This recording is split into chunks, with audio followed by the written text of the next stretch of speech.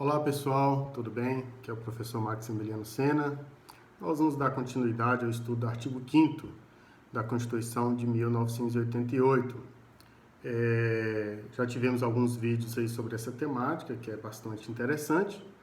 Hoje nós vamos falar sobre o princípio da inafastabilidade da jurisdição, que se encontra previsto no artigo 5º da Constituição, no inciso 35, que diz o seguinte: a lei não excluirá da apreciação do Poder Judiciário lesão ou ameaça a direito. Nós temos aqui consagrado o direito de ação ou o princípio do livre acesso ao judiciário. Esse é um princípio muito importante e ele atua tanto no viés preventivo quanto no viés repressivo. Porque vejamos bem, o artigo diz que a lei não pode excluir da apreciação do Poder Judiciário lesão, ou seja, a lesão ela já aconteceu, ou ameaça a direito, ou seja, o caráter preventivo aqui. No caso da lesão, caráter repressivo. Inclusive, quando diz ameaça a direito, é importante ressaltar que nem sempre as constituições brasileiras tiveram previsões no sentido de proteger o cidadão contra a ameaça a direito.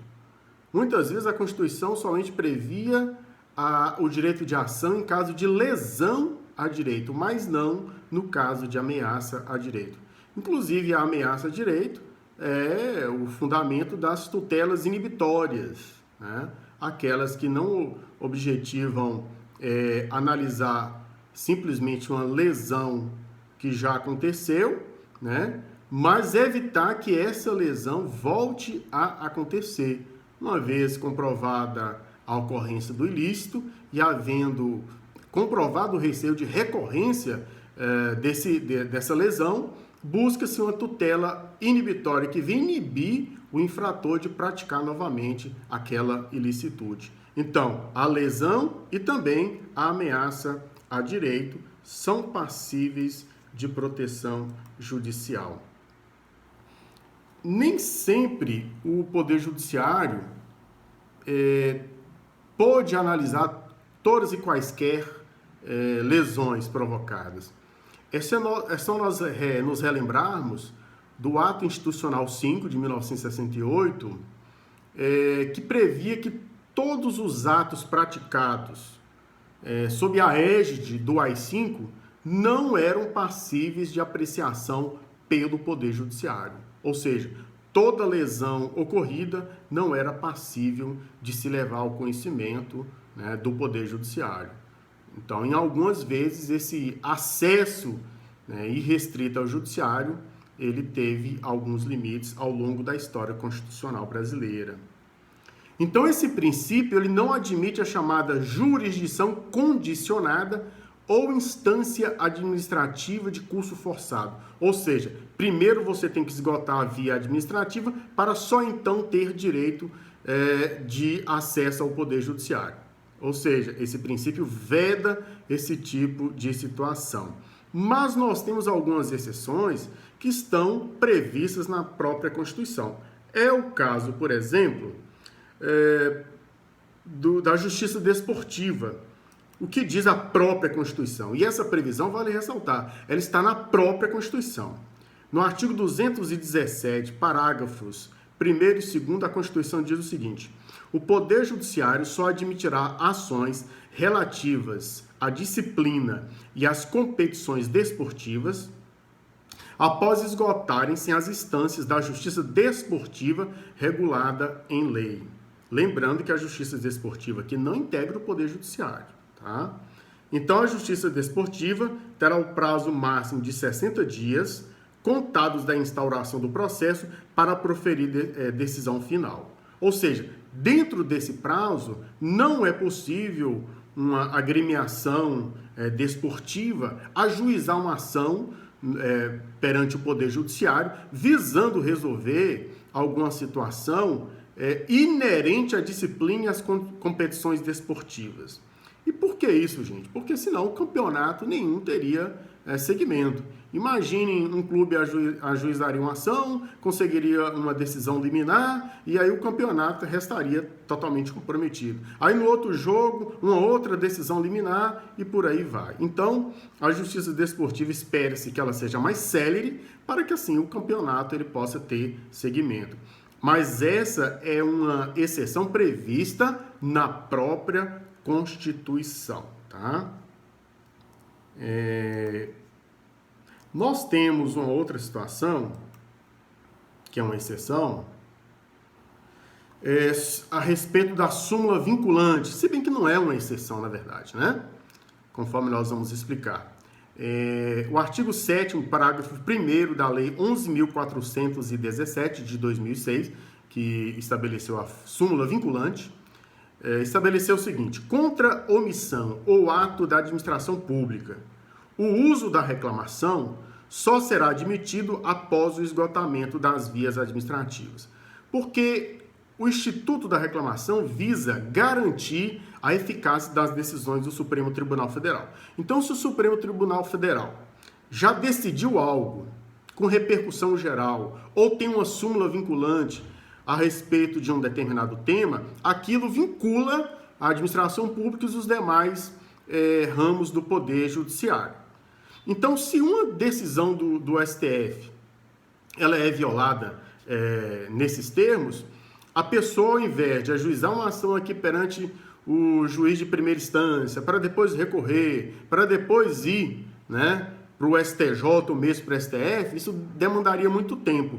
Então, para garantir a eficácia das decisões do Supremo Tribunal Federal, é possível o uso da reclamação.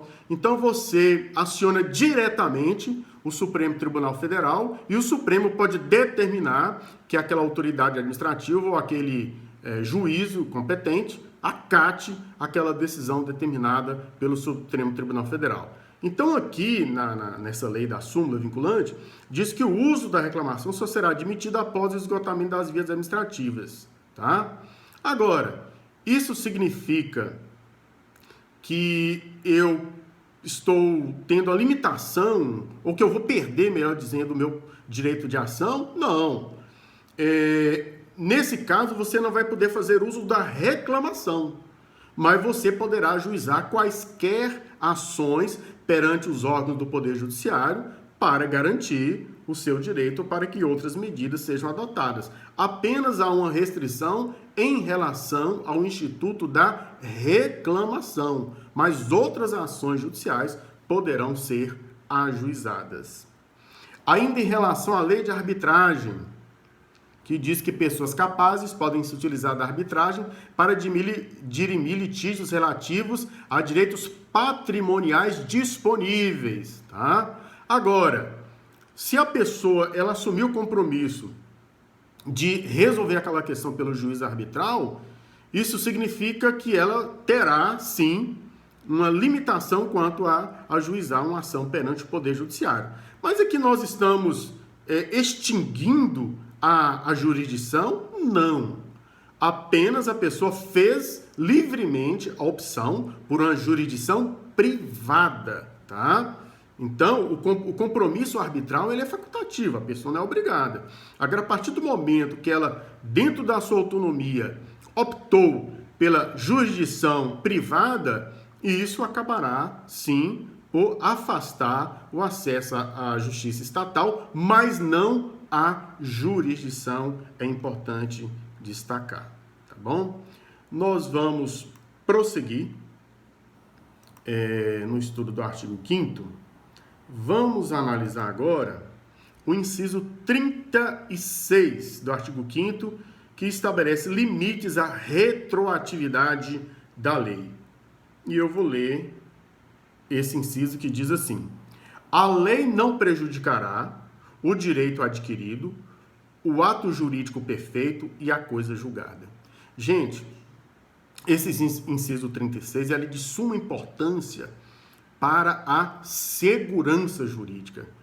Imagine se não há segurança jurídica em relação ao direito adquirido, ao ato jurídico perfeito e à coisa julgada, e a qualquer tempo tudo pode ser alterado. Quer dizer, você teria uma situação de total insegurança, né? Então, esses incisos objetivam proporcionar a segurança jurídica. E o que é o direito adquirido? É o direito que o seu titular ou alguém por ele possa exercer como aquele cujo começo do exercício tem um termo prefixo ou condição pré-estabelecida inalterável a arbítrio de outrem. Esse é o conceito legal de direito adquirido. E o ato jurídico perfeito é o ato já consumado, segundo a lei vigente ao tempo em que se efetuou. E a coisa julgada é a decisão judicial de que não caiba mais recurso. Imagine se você tem uma decisão judicial, já transitou em julgado, não teve recurso, né? E você está tranquilo usufruindo do seu direito, e aí vem aquela situação, ela vai ser revolvida, novamente analisada, ou seja, restaria uma insegurança jurídica. Mas tem algumas nuances que merecem ser abordadas.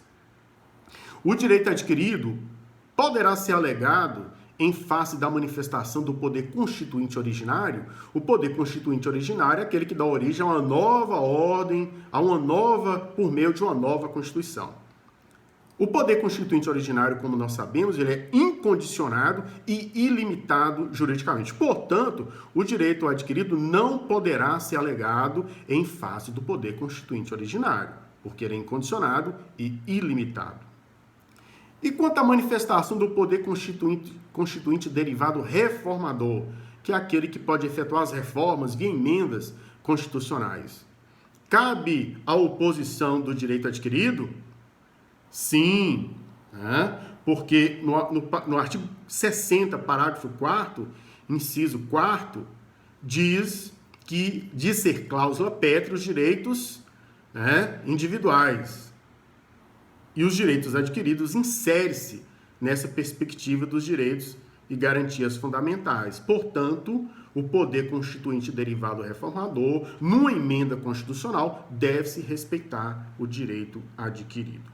Não se pode confundir, no entanto, o direito adquirido, tá? Que é aquele que já completou o ciclo de formação, com a mera expectativa de direito. Tá? São situações diferentes. Um exemplo. Vamos dizer que hoje eu já tenha completado todo o ciclo para a aposentadoria. Eu já tenho idade e tempo de serviço, né? E eu resolvo não me aposentar, mas embora já tenha completado o ciclo. Daqui a algum tempo surge uma emenda constitucional alterando as regras para a aposentadoria. Essas regras vão me atingir? Não, porque eu já completei o ciclo de formação para ter o gozo daquele direito, embora tenha optado por não usufruí-lo, né, neste momento. Mas a qualquer tempo eu poderei me aposentar e aquela alteração constitucional não me atingirá. Agora, a mera expectativa é quando eu ainda não completei o ciclo de formação. Aí eu não estarei acobertado pelo direito adquirido. Outra situação já definida pelo Supremo Tribunal Federal é que inexiste direito adquirido a regime jurídico instituído por lei para funcionários públicos. Então, a qualquer momento, a Constituição pode ser alterada, aquela lei pode ser alterada, se não há direito adquirido, configurado, né, fora dessa situação, eu não terei direito adquirido a regime jurídico instituído por lei. Né? A qualquer tempo, essa lei ela poderá ser alterada. Tá? Esse é o entendimento dos tribunais. O STF também já entendeu que possível que a lei traga novas regras e preserve a mera expectativa de direito em benefício dos cidadãos, tá? Vale ressaltar ainda que temos o princípio da retroatividade da lei mais benéfica. A lei pode retroagir, não pode retroagir, salvo para beneficiar o réu, tá? E temos ainda, gente, analisando o Instituto da Coisa Julgada, uma situação excepcionalíssima e muito interessante, em que o Supremo Tribunal Federal afastou a alegação de segurança jurídica, ou seja, de coisa julgada, para fazer valer o direito fundamental de que toda pessoa tem de conhecer as suas origens. Vamos imaginar que há 10 anos uma pessoa fez um teste sei lá, fez um exame de sangue, né? Que era o exame que à época era utilizado, né? Ele descarta a paternidade, mas não comprova. E vamos dizer que naquela época não existia ainda o exame de DNA, só uma hipótese. Tempos depois, né, com aquela decisão já transitada em julgada, advém um exame moderno, como o exame de DNA, em que a pessoa pode aprofundar naquela questão, né? Em nome do princípio da busca da identidade genética, o Supremo Tribunal Federal entendeu que é possível, nessa situação excepcionalíssima, é possível se afastar a alegação de segurança jurídica por meio da coisa julgada para permitir que seja realizado o exame capaz, né, de comprovar de forma cabal a identidade genética, né, se naquela época aquele exame não existia ou não pôde ser realizado, tá? Então, é uma situação excepcionalíssima em que se tem uma mitigação aí da segurança jurídica por meio da coisa julgada, com base no princípio da busca da identidade genética. É isso, pessoal, e até o nosso próximo vídeo.